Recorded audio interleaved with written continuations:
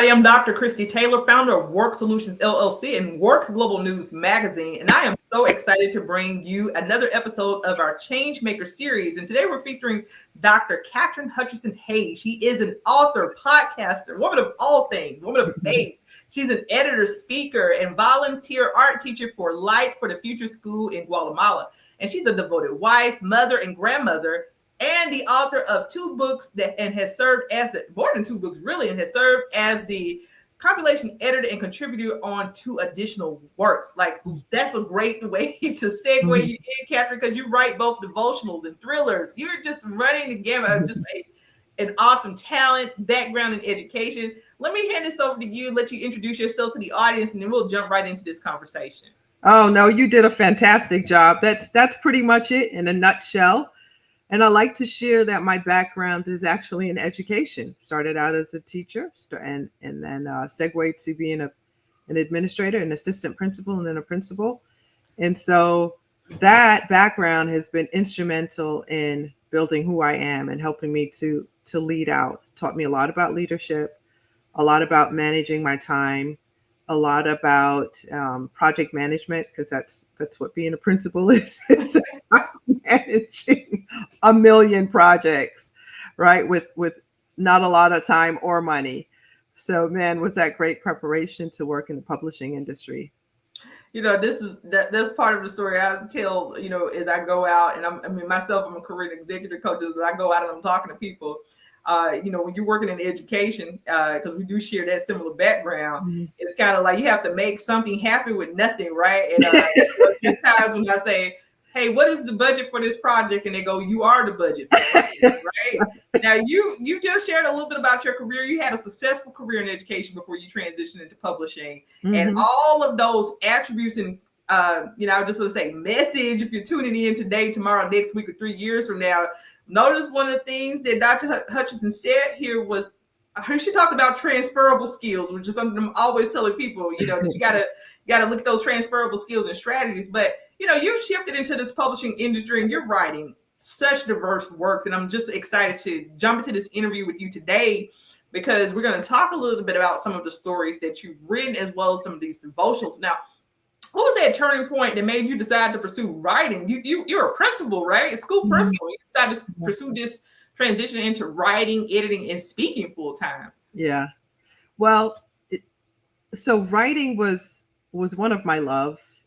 A lot of people don't know this. I actually started out in pre-med, and that's a very long, sad story, and segued to journalism. And struggled because being a journalist in New York was like trying to be an actress in New York. And so I had to get other jobs to supplement my income. But I always had that love for writing, and I always kept it up. Like, even when I was a principal, I was still writing a column for a magazine. I was doing some editing on the side for a magazine. So I always had my hand in writing. I wrote plays for schools, for my church. And so that love was still there. What happened was I got really ill 17 years ago when I had my last baby. And I was not even expected to survive. I had meningitis and I had a brain hemorrhage. And I had a secondary aneurysm that they discovered. So they did not think I would survive. But God had other plans for me. I did survive. But while I was in the hospital, I spent a lot of time alone, a lot of times in the quiet. And I really thought about, oh my gosh, Katherine, there's really an end to your life. Having a near-death experience is a huge wake-up call. And you get to be confronted with, am I doing what I really want to be doing? I don't have time to waste. And when I came out, I had just a passion for, pursuing this dream of writing. And so I fully intended to go back to my job.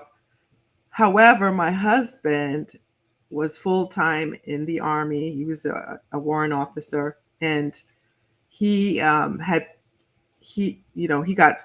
moved to a whole different state. We got moved to a base. I had to live on a military base and all of that. And my husband was really busy in this particular job. And we with a baby, And we decided, what's one more pound on an elephant? We adopted our daughter's best friend in high school.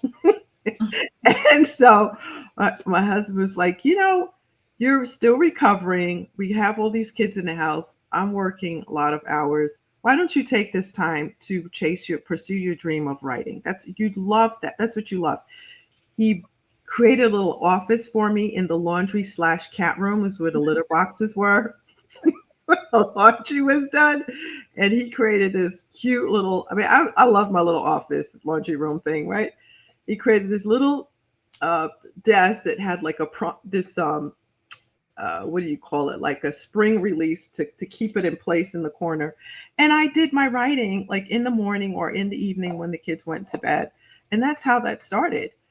um, and I just began producing more and more writing and finding more and more ways to write what I knew. I started out writing curriculum for programs. I started out working in a Christian program on the base, writing material for them, speaking, leading out groups. I knew I loved speaking because I used to do it quite a bit for our school district or school districts that I work for. And I transferred that into things of faith, and ministering to women. And that career just continued to bloom, more and more. I started networking, going to writers conferences, and just being fully immersed in that entire world. And now I don't look back, and I do get to fulfill that I do love schools, right? And I love education. So, but I get to scratch that itch when I go to a conference and I get to teach, or I get to do a speaking engagement. So those are the ways that I still get connected to education.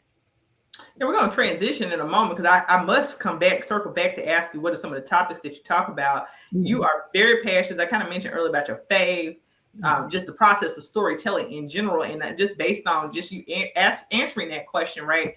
It just delve a little bit more into the background. I like what you said about, hey, trying to be in the media in New York is kind of like trying to be an actor. I guess everybody's trying to do it, right? Break into this, break into this thing.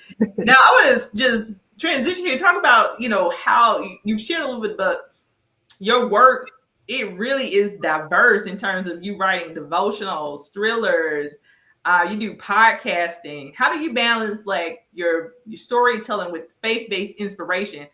And how do these different forms of writing complement each other? Like you have a book out called A Fifth of the Story. You have these devotionals out, which we're going to talk about in a second here. But, just all of the different places that you touch, and then the mere fact that you are living your passion. I absolutely adore the fact that your husband set you up in a multifaceted office. Right? Yeah. Like I tell people when they come to visit me, I say, okay, some people say it's a 1-bedroom apartment, but I say that depending on the amount of blow-up mattresses we can fit in this apartment, it might be anywhere from 2 to 3 bedrooms. So I love it. Yeah. How do you integrate all of these different areas of expertise you have, especially when you talk about your faith-based inspiration? You're writing thrillers and devotionals, right? So how does that work?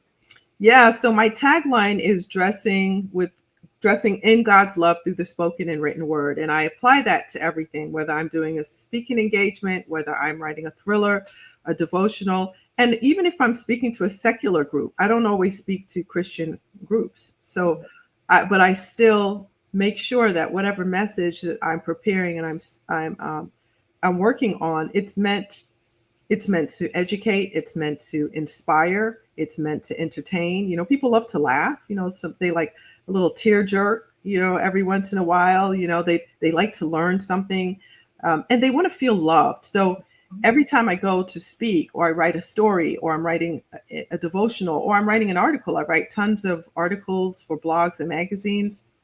I want to show people, hey, I love you. So I want to educate you. I want to help you. We're all in this together. And so if you're around me in any of those aspects, whether it's a speaking engagement or a story, I hope that you feel a hug from me, that you can tell that Katherine wants to inspire, wants you to feel loved, wants to educate you and entertain you. So, do you have a copy of the book? Any of your books, when you just want to hold up? Let's go through them. The fifth of the story. Yeah. Yeah. It's a Okay. So, give thriller. me two lines on what that's about. I think that is what I find so excited is that you write a thriller. I wouldn't even know where to put my imagination in on a thriller. Right? It'll probably be all over the place. Right? And then your devotion. Let's start with that fifth of the story. Give me two lines on what that's about. Yeah, fifth of the story. It's written from a male perspective. Uh, Yeah. and he's white. And if you happen to be watching this, I am not male or white, right? And and it's him and his two other friends, but he's a CIA agent, and he's telling his story. It's from his perspective, and this character's been with me for a long time. But the whole bottom line of this entire book is we often think there are two sides to a story, but in this book, we realize there's not. We realize that there's yours, there's mine, there's what other people see, they're the facts, and it's what God sees and what He thinks. And so, if we live for that 1/5 of what God sees and what He thinks, we can live a good and pleasing life. Ah, that's where the fifth of the story goes. I This need is to the tune story. in more to my fifth then. I like that. That's what we Yeah. should be striving for every day. Let's talk about your devotionals. Um, Mhm. you have these devotionals that you're doing, and your devotionals itself is such a great work because you are not only volunteering with this organization, like for the Future School in Guatemala, but proceeds from your devotionals go directly to this school. So tell us a little bit about this organization that you work with, and what's the inspiration behind some of your devotionals that you write? Yeah, so I started working with Light for the Future because I knew this couple when we all lived on the base together, and we got to know each other. And I remember when they were asking me about a mission trip I had planned and taken my family on to Jamaica, and they were going to Guatemala. Didn't even speak Spanish at the time, and I stayed in contact with them all those years. And finally, during COVID, they decided to open a school in the middle of a landfill in Guatemala. I can't even begin to tell you how hard that is, how hard it would be to open a school in your own country or state, but then to do it across, way across miles across the world in another country, another language. They did. And Melissa knew I was an artist and said, would you consider being an art teacher? And would you consider doing it on a voluntary basis? And so when I say I volunteer, like it's hard for people to wrap their heads around this. Like they're like, well, what can't you just take? I can't because I treat it like a real job because the kids are depending on me. So I'm on their schedule. I'm in teams for schools, just like every. I got to do lesson plans. I do installation. I'll travel to Guatemala at least once a year. I'm installing an art show. We're doing a mural at the school or something to that effect. And then the sweetest thing was my husband worked in Guatemala for a few years. And so I was able to go there and experience the people and the culture, um, try to work on my Spanish, which is still very sad, but we're going to get better. And so that seeing the school in real life and visiting with the families in their homes and seeing how they lived just gave me such a huge passion for what I do, because I know that I am helping endow the students with a skill that's marketable. If you look behind me, those are actual paintings I've worked on with my students. They're getting to the point where they're better. They're better than me. A lot of them are actually better artists than me. They don't believe me, but it's true. But they now can take this marketable skill and use it to sell things. They've sold their art a couple of times where they have been able to subsidize trips where they go on mission trips for themselves. And they have given back by going to nursing homes and giving back into other schools. So I'm really passionate about the proceeds for these books go right to those students. And I'm so grateful to be a part of that journey. I'm grateful to be a small brick in a huge wall. What are the name of these devotionals? So Where can people find them? yeah, the first one is called Focus 45 Devotionals to Keep Jesus in the Picture. And the other one is called Mountains Moved 45 Devotions on Bold Faith. And I work with a team of bloggers, and we work to bring weekly encouragement to people. And these bloggers work to compile the best of the best throughout the year. And we also invite a couple of people who have won contests for their devotions and all of that. We place them in the book and then we put it out. I do everything myself, and I get help from a formatter, but I'm basically not putting anything out so that we can make the most money possible on this book. So it makes me so happy to be able to write a check and give it to Light for the Future. Now, is this available on Amazon or your website, drkatherinehayes.com, or where can people directly purchase it to support this initiative? Yes, it's available on barnesandnoble.com. It's also available on Amazon, and it's also available through my website. Okay, we're gonna make sure we share that link. I love the work that you do, and what I really love is the fact your commitment to living out and playing out your passion. I mean, here we are sitting here talking. I don't even think you registered with me because you're so multi-talented. When you talk about art teacher, I was like, I'm thinking she just teaches. Like that time I had to teach kids Spanish but don't know it right. I was just thinking like we as teachers are like filling in the blank for us, but you're literally doing art, and I'm thinking your art was like just the writing. Then you're like, oh no, I painted these pictures behind me. Oh, like she's doing art. Yeah, no, Such a They're talented middle, person. they're middle and high school students. Yeah. Yeah, you're such a multi-talented. Now you talk a little bit about how your tagline was "Dressing in God's Love Through Spoken and Written Word," and I want to go back to a question earlier because I'm sure that you have had your share of the journey. You've been a principal. You've done all of these things in your career, and you've had to step out on faith to start building a business of your own and branding yourself. And I'm sure that you have experienced some setbacks in your own career. When you, especially someone in this creative space, part of the things that you actually do speak on is facing rejection, dealing with closed doors. How do you push through those challenges, and what advice would you give somebody who's an aspiring writer or just aspiring creative, somebody who just is like, I'm ready to step out on faith and do something different? Yeah, so I tell people that it's really important for you to surround yourself with positive people and activities, to stay grateful and to be generous. You can never go wrong when you do that.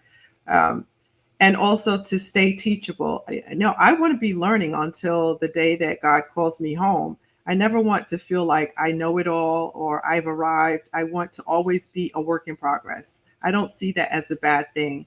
I think with being someone who's teachable and flexible, that God can do so much more with you. And I tell people to, push through challenges. I have had, for every yes, I've had 50 no's, right?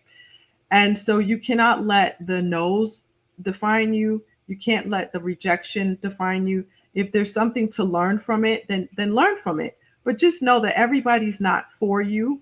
Maybe the timing is off. Maybe the book idea you have is fantastic, but the world is not ready for that. And maybe you need to work on yourself or work on something on your platform or in your writing. Take some classes, work on yourself, and make sure you are the best you can be.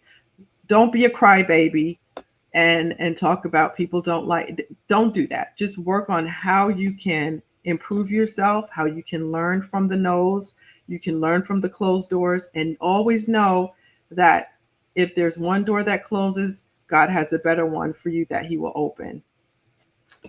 That was so inspiring. I was sitting here thinking while you was talking. I remember back in my teaching days, I went to a professional development workshop, and it was something that this lady said. She's like, I'm only working for one thing, to hear these 7 words, that no matter what people say or do or challenges I have, I'm just working for this one thing. And as the 7 words were, well done, thy good and faithful servant, right? And that is just something that has stuck with me, that no matter what, right? Like you said, that We're going to run into obstacles. We're going to run into challenges. But when you have a gift and you're supposed to be in the space, I'm saying your gift is going to make room for you. You got to make room for it, though. You got to be open-minded enough to just go in that direction. Like you shared the story. Some people would not want to go in the laundry room / kitten room, multifaceted office to work. Some people want to, I need a grand office space to start. One of the things some people start where you are. Look at you. You started where you are. And I mean, you're doing fantastic work. It doesn't mean that having a business or building a brand doesn't come without this share of struggles. I mean, shoot, we all want to make that first $2 or $3 million, right? But it's being in that space where you're comfortable with who you are and you know that your talent and gifts, like you said, okay, you're doing this volunteer work at this school, but you out here being full-fledged. Okay, I'm taking trips. I got lesson plans, meeting on these kids with teams. It's like, this is, because even if you're not teaching in a classroom, like you're not in that principal mode anymore. You're an educator, and it's just going to something that's going to be always with you. Now you talk a little bit about your story and how you got to where you are. And I know I just want to ask you, if I were to say, reach out to Dr. Hutchinson Hayes because I want to have her as a speaker, what's some of those topics that you speak about? I love to speak about overcoming challenges. I love to talk about staying motivated. I love to share my own struggles and challenges. I've had a lot. I've had a lot of health challenges. I've had quite a bit of tragedy happen, in my life. I mean, people, they just would never even understand some of the things that we've navigated through. Not only the horrific illness that I suffered, but I'm thinking about things that have come against me in terms of I remember in my career as a principal, the pushback I received, in some of the areas that I worked in. And a lot of times I was sort of like a cleanup principal, when I came around, it was, That means you're good at what you do. They was always, I know it gets tiring, right, to be the cleanup woman, but that means you're good at what they knew they could count on you, even though you had to probably deal with a bunch of crap, in terms of pushback. But talk about pushback, feeling lonely. Leadership is lonely. It can be really lonely. And oh man, talk about sleepless nights and things that happen. So I love to talk about staying motivated. You're not your past. I love to talk about the importance of mentorship. It's something that can become a lost art because because of the instant fame that people are having on social media. And so a lot of times people are not understanding the grind, and they're not understanding that it's part of the grind is the grind itself that helps you to become who you need to be when you get what you get, right? I always want to stay low. I don't care what kind of accolades I might get, what stage I might be speaking on. I always want to stay low and lift God high. I never want all eyes on me because of me and, oh, look at who I am. It's not me, it's God. And it's other people who have blessed me, my parents, my ancestors, mentors, and my education, my experience. So I can never say I did it. I'm in a community. I serve a God who looks out for me. So those are the kinds of things I speak about, and I'll make you laugh. I mean, I share embarrassing moments. I talk to you about my kids, my marriages. Thankfully, I'm married happily for the last 18 years, but I make fun of myself. So there, we have fun when I get to speak to a group. That's what people want. They want somebody that you can relate to. And I was just having a conversation with a colleague where we were talking about, like, me as a coach, or in that case, it was both of us are coaches. And we were like, that's the one thing that makes, like, because coaching can be therapeutic, right? And I said, people will come to us if they go to a therapist, and sometimes we have to refer people to therapists, but if they go to a therapist, the therapist is there with their notepad, very formal, because you're paying that person, right, by the hour. You pay us by the hour too. But The thing is, a lot of times when you coaching, people come to you because they relate to you. Like it usually starts with a story. Like I worked in a terrible environment and I was like, I don't ever want nobody to experience this again. So I'm going to be a career coach and work on building resilient people and resilient organizations, right? The same thing with you, Katherine. It's the stories of your life that and experiences that you have and why people can relate to you. Some of your information that was sent to me says that your mentor once told you that writers always write no matter what. Yeah. And so my question is just, how has this lesson shaped your approach to writing? Because you just kind of said it there a little bit. I feel like you answered that question, but I just want to get your perspective on it because it's those things that you've been through. Those are the stories that shape some of your perspective and how you engage with other people, right? Yeah. Well, he actually said it to me as a compliment, and it really started because of my husband. I was complaining to him about something in the writer industry, and he said, "Katherine, you really got to take yourself more seriously as a writer. You can't. This is not a hobby. You took this time to really pursue this, and you need to take yourself seriously." And so, because of that, I take my work with me everywhere. No vacation is off limits. I'm grateful for the flexibility that I have working from home. The only time I travel is to go to conferences and book signings and things like that, or to an award ceremony. But I also adhere to strict deadlines and schedules. I could always be better at it. I'm always working to be better. But people think I was crazy. I'm like, well, I take my lunch from this time to they're like, but you work for yourself. I'm like, I know, but I have a schedule. You gotta have a schedule. If I don't stick to it, I will never get anything done. Working from home, I'm sure people saw when COVID had everybody shut down at home, how difficult sometimes it can be to concentrate and stay focused. Oh no, I was living my best life. Okay, that was most. It's like I felt like I was the most productive because it can be difficult to concentrate. But oh my God, to be able to just go get a Starbucks coffee in the middle of the day and come back and then just get to the work. But then I also felt like to your point of not having a schedule, I had a schedule, but it wasn't like really a schedule. So yes, I would be working and watching TV 6-7 o'clock at night because I'm like, well, I'm just here. I can just go ahead and finish this work project and keep working, right? And there was no balance. Yeah. There was no balance. It was balanced. I wasn't as stressed, but at the same time, I didn't put work down. I'm like, oh, I can just watch this 12 o'clock midnight. Just watch this movie, eat some popcorn, and finish this work project. And I talk a lot about work-life integration. And what I try to tell people is like, that is not what I mean when I say work-life integration. It's kind of like what you're doing, right? Where there's that balance. Like, we're getting to the end of this interview. I've had a fantastic conversation with you, but I definitely have to ask you, you want to expand your vision. You got a goal of expanding your podcast network and turning some of your thrillers into films. What are your steps that you're taking towards reaching that goal? Yeah, well, I make sure that I'm in the spaces where things like that can happen. So I try to be at conferences. I try to teach at conferences and network, and even within the podcast, like I'm looking to consistently expand. Like I'd love to be on Sirius XM, FM radio. I would love to have more subscribers and ad space and all of that, so that it can be something that's a paid gig. Right now, I put money into it. I don't make money off of it, but it's a podcast. In fact, I just found out that it is a finalist for an award. What is the name of this podcast? So the podcast is called Murder, Mystery, and Mayhem Laced with Morality.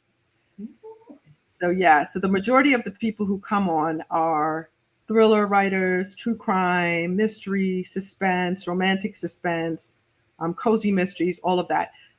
And also experts. So if, we'll have editors come on or someone who's a detective or an FBI agent, or someone who's a publicist. But if people don't write in that genre, sometimes I have them on as well. And I make it more about the business of writing and glean from that experience. And I've also networked with a ton of people whose books have been optioned for films or Netflix series and all of that. Yeah. And so I'm learning from them, and I'm also now in relationship with them. And so, I'm getting closer. Well, listen, I think that one of the biggest things I can say about this Changemaker series as I go through and I'm interviewing awesome people like you is that you are an impactor in whatever space that you're in. And especially because you're allowing yourself to be used by God and going in the direction that you're going. I still can't keep going back to the fact that one, you waking up and you doing lesson plans for this school, and you're writing devotionals for this school, and just how everything was laid out for you, that even with your flip down disc in the multifaceted laundry cat room. So listen, if somebody's tuning into this again, this is an example of a person who is like, okay, start where you are, use what you have, go in faith, right? So as we wrap up this podcast today, this episode of this series, Katherine, my final question to you is, like, looking back over the course of your journey, over the past few years, from education to publishing and speaking and moving into these spaces, what has been the most rewarding part of your experience, and what legacy do you hope to leave? Basically, I'm just asking, what advice would you give somebody else who's looking for their own path as a change maker? Yeah. Well, one of the most rewarding things was actually receiving awards for my writing, or getting paid for your writing. Like, I'm like, oh my God, I would have done this for free. But you have to act like you're used to Listen, good. when I see those little, even if it's a little $10 check from a book that I published on Amazon, I'm like, yes, that's called residual income. Might not pay a bill, but it will buy a cup of coffee. So you know what I mean? So the more it's, for those who are just getting into that space, hey, any piece. But I mean, I know you're long past without the minute work that I've done, but just, it's still something to be proud of. I hope to get to your level. Yeah, so it's rewarding. It's affirming when you get an award for your. I've picked up quite a few of awards for writing and for art, and but and that became so precious. But what's even more rewarding is seeing other authors I've mentored or who I've edited for get published, get an agent, get a film deal. Those kinds of things, they really affirm me, and they help me to feel like, oh man, what you're doing is really making a difference. Um, it's not just a job. This is a lifestyle. And the legacy I'd want to leave is a legacy of love. I would want people to say, Katherine loved well. Katherine, it's been such a pleasure to be in this conversation with you. People can find you on drkatherinehayes.com, but is there anywhere else that people can connect with you directly? We're going to put all of her information, and if we don't have it, we will most definitely be putting a link to that podcast in addition to all her information and information for her books within the description for this event. Katherine will also be featured in an article. So we have an article-based interview that will be published, with her telling us a little bit about her background and journey. And then you can also listen to this one-on-one interview via our YouTube channel. But Katherine, is there anywhere else where people can find you on social media? Where can people connect with you directly? Yeah, I'm on Facebook. Hey, you can be my author friend on Facebook, or just be my regular friend. Hang out wherever you'd like to. It's my name, Dr. Katherine Hutchinson Hayes. And then I'm also on the gram. I'm at author Dr. Katherine. I'm on X, formerly known as Twitter. I'm on Threads. I'm on Blue Sky. But the place I like the most is Instagram. So DM me, connect. Love to chat. Thank you so much. And it has been just really a pleasure. Guys, thank you for tuning in today. Katherine, thank you for this awesome interview. And if you're tuning in, no matter what, there's always some advice that you can take from individuals in our Changemaker series who are living their everyday lives just like you and changing the world one step at a time. Thank you. Be sure to check out the article on WORxGlobalNews.com, as well as check us out across social media at WORxGlobalNews. Thanks for tuning in, and have a great day.